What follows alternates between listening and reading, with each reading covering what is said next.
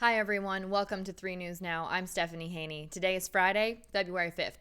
Thanks for choosing to be here to get filled in on the top stories from WKYC.com and our WKYC app. We start with news today out of the U.S. Senate. The U.S. Senate has approved a measure that would bring President Joe Biden's $1.9 trillion stimulus relief package to fruition, at least one step closer to getting to fruition without Republican support.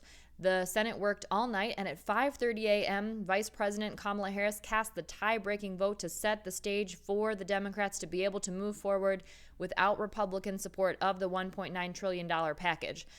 They did this after looking at several amendments that could define what that final package would look like. So again, this is not the $1 trillion package being passed. It's setting the framework in order for the Senate to be able to use a budget reconciliation measure in order to do this without the required votes that would need Republican support in order to do it. So procedural at this time. So what happens now is the package will go back to the House, likely to be approved, and then it will go into committees and they'll work out all of the details of exactly what the package will look like. They'll start drafting that. The hope is that they can move on this by the end of February so that this relief can get to Americans by March. Now, some of the amendments that the Senate talked about last night include an amendment that would prevent the $1,400 that President Biden has talked about in direct checks to keep those from going to, quote, upper income taxpayers. Ultimately, though, this amendment is symbolic. It's not binding in any way, and it also doesn't specify at what level a person becomes upper income, something that would definitely be a topic of great debate among senators, among representatives, among everyone in America. Another thing that was brought up during this marathon session in the Senate is Joe Biden's hope to raise the minimum wage to $15 at the federal level over a series of years. The Senate adopted by a voice vote an amendment that would be opposed to raising the wage, but again, these things are symbolic, not binding, don't necessarily have any impact on what that final $1.9 trillion package will look like. We will just have to wait and see what that looks like. It is an aggressive timetable to hope to get this aid to Americans by mid-March, and it will be a test to see if they are able to do it.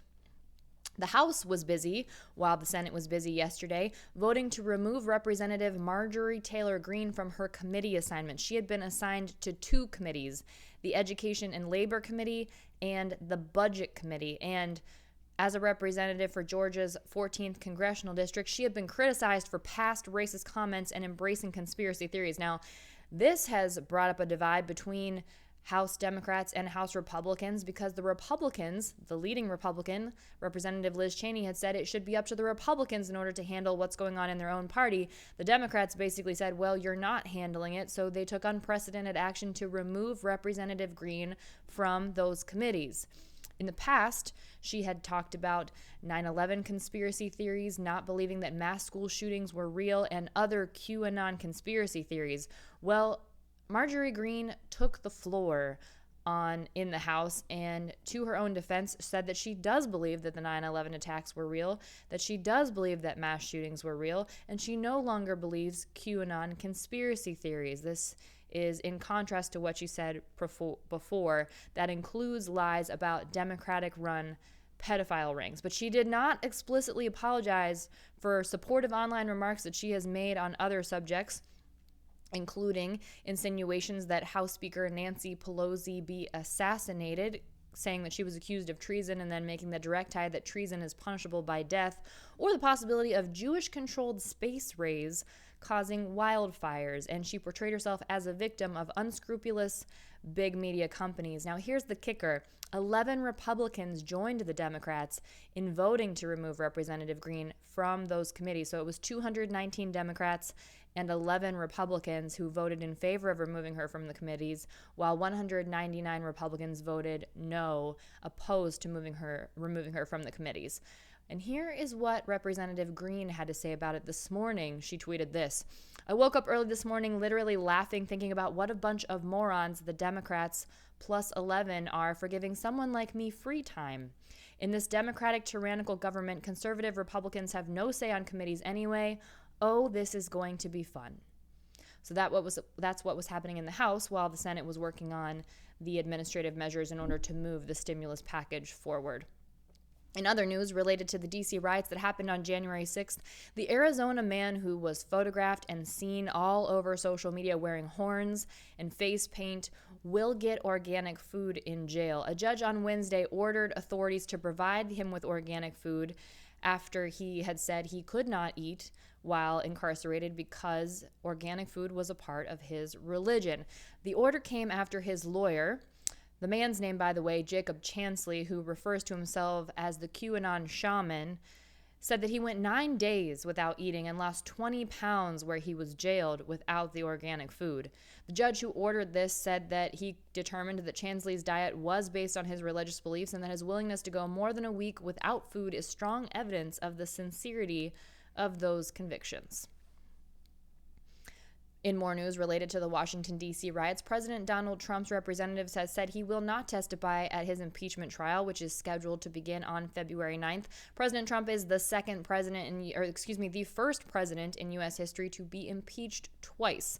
His first impeachment ended in acquittal, and now he has been impeached again, and that trial will begin February 9th for the charge of inciting an insurrection.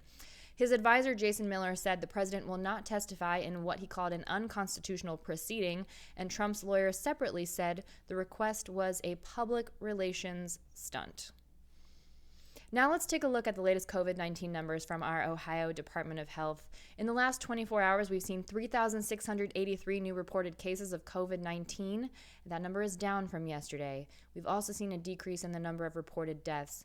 However, unfortunately, 63 more Ohioans have been reported to die related to COVID-19, with records coming in the last 24 hours. The latest data that we have for the percentage of COVID tests coming back positive is from Wednesday. Out of 51,700 COVID tests, about 5.6% of them came back positive, and the 7-day average up through Wednesday is at 7%. Both of these numbers down from what we've been seeing. In the last 24 hours, 228 new people have been hospitalized related to COVID. That number is also down. The number of people in the hospital right now is 2,170. This is the fourth day in a row that our active hospitalizations have been below 2,500. Governor Mike DeWine has said if that continues, if we get to 7 consecutive days with active hospitalizations below 2,500, next week he will completely lift the curfew, which has already been bumped back to 11 p.m. here in the state of Ohio. Right now, 552 people are being treated in an ICU related to COVID-19, and we've seen 21 new ICU admissions in the last 24 hours. Across the state of Ohio, 28% of our hospital beds are available for people who need inpatient treatment right now. Now let's take a look at the national and the global COVID-19 numbers. These numbers come from Johns Hopkins University. Across the U.S., there have been a total of 26,716,484 reported COVID cases and 456,900 reported COVID deaths. We have 4% of the global population here in the U.S., but leading the number of cases and leading the number of COVID deaths by far. We have 25.4% of the total reported COVID cases here in the U.S., and out of all the global deaths, we now have 19.95% of those deaths here in the U.S., that number increasing from what we've seen over the past couple days. Globally, there have been a total of 105,142,821 reported COVID cases and 2,291,061 reported COVID deaths. As we look to the weekend, we know the NFL has been having its own issues with COVID-19, and that has continued into the Super Bowl. This is the last game of the NFL season for this year, and Chiefs wide receiver Demarcus Robinson has been activated from the COVID list. He was put on the COVID list after getting a haircut from a barber who had previously tested negative 5 consecutive days before giving Robinson a haircut off-site and then coming into the Kansas City facility and giving Daniel Kilgore a haircut on-site. Well, because that happened a week ago, Robinson has been activated and he will be able to play in the Super Bowl. And if Kilgore continues to test negative, he could be activated tomorrow and be able to play in the Super Bowl against the Tampa Bay Buccaneers on Sunday. Now, on the Kansas City side of things, there will be 3 Northeast Ohio natives playing in the Super Bowl on Sunday. We've already talked about Travis Kelce, who is from Cleveland Heights. He's a tight end, a 6-time Pro Bowl and 5-time All-Pro selection. He was born in Westlake, Ohio, and he went on to star as a football player at Cleveland Heights. At 31 years old, the former Cincinnati Bearcat has already compiled a Hall of Fame-worthy resume and is one of the top players to ever play his position of tight end. Frank Clark, defensive end for Kansas City, prior to starting at Michigan, played for the legendary head coach Ted Ginn Sr. at Cleveland Glenville. He's a 2015 second-round pick, and he was traded to Kansas City prior to the 2019 season after spending his first 4 seasons with the Seattle Seahawks. And last but certainly not least, linebacker Anthony Hitchens. He's a native of Lorain, and he starred at Clearview before spending his college career at Iowa. He was selected by the Dallas Cowboys in the 4th round of the 2014 NFL Draft, and he joined Kansas City as a free agent in 2018. So if you're looking for some local guys to cheer on, those are your guys. I will personally be rooting for the Tampa Bay Buccaneers. Go Bucks. Here's a story that is absolutely incredible. There's a Wadsworth teen with the rare gift of near-perfect memory. There are only about 100 people in the world who can recall almost everything about their lives, and Alyssa A. is one of those people. She's 18 years old. She's a senior at Wadsworth High School, and it's believed that she has a condition called highly superior autobiographic memory, or HSAM. Alyssa has not yet been formally diagnosed, but she has many of the characteristics that fit the hallmarks of this condition, which include correctly identifying the day of the week for any given date. And RJ Crawford put her to the test there, gave her multiple dates. She was able to do it at the drop of a hat. She can correctly recall just the most minute details about those days as well. She went into personal stories about that. You can see her detail those stories on WKYC.com. It's absolutely incredible. Now, as for Alyssa, she says she's been given the chance to tell the world about neurodiversity and how it can change the world and her plans. She's very much looking forward to going to college next year. She's thinking about studying business, maybe going on to law school. Highly recommend the law school, Alyssa. And no matter what she does, Alyssa will always champion the benefits of brain differences and focusing on gifts, not disabilities. It's absolutely incredible. You have to check out that story on WKYC.com. And if you are thinking about what you want to do for your loved one on Valentine's Day, which is just over a week away, coming up very quickly here, we've got some recipes that you might want to try out on WKYC.com if you want to have a night in. That includes how to properly prepare raw oysters on the half shell and some garnishes that you can make with that, a dessert that you can make, Kiss cookies. These are actually my favorite holiday cookie, Hershey Kiss cookies. What's better than cookies covered in kisses to show your loved one just how sweet you are on them? And Marry Me Chicken. This is an updated take on engagement chicken. Now, if you're not familiar with this story, this is where engagement chicken comes from. In 1982, an editor at Glamour magazine in the fashion department gave her assistant a recipe for the most delicious roasted chicken she had ever tasted. So the assistant cooked that for her boyfriend, and then 1 month later, she got proposed to. Now, obviously, there were many factors at play there, but the recipe got shared around the Glamour department, and 3 more staffers made that chicken for their significant others, and then they got engaged. So the recipe was published in the January 2004 issue of Glamour, and they called it engagement chicken. And that's where it came from. So Marry Me Chicken is a little bit of an update on that, but if you're interested in trying that out, the recipe is on WKYC.com. And by the way, if you're not exactly a marvel in the kitchen, like myself, there are also options that you can get carry out from some of the local restaurants. For example, you can get your oysters to go from Alley Cat Oyster Bar in the Flats East Bank, from Blue Point Grill in the Warehouse District. Lots of entree options you can try at Betts downtown on East 9th.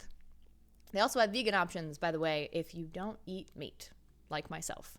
And you can always try dessert from Lago East Bank. They have something called Chocolate Decadence, which sounds absolutely delightful. That's all up on WKYC.com. And just a word today about my outfit choice. I'm wearing red today in awareness for heart disease. It is the #1 killer of women and something we need to raise awareness about. My grandmother, God rest her soul, passed away from many issues, but one of the complications she had in her life was heart disease, and it's something we need to be aware of because it doesn't have to be that way.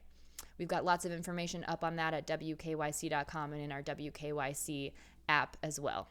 That's it for your 3 News Now update for Friday, February 5th. I'll see you next up on What's New with Clicking in Cleveland, your trending stories.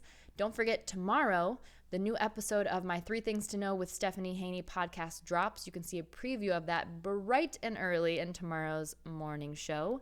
And this week's topic is the love languages. And I'm talking with Dr. Gary Chapman, who actually wrote the book on the 5 love languages, Secrets to Lasting Love. So don't miss that. That'll be on WKYC.com, and you can find that podcast just by searching for 3 Things to Know with Stephanie Haney, wherever you get your podcasts.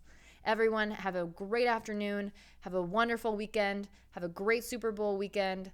Enjoy yourself. Stay safe and be well, and I will see you back here on Monday. I'm Stephanie Haney.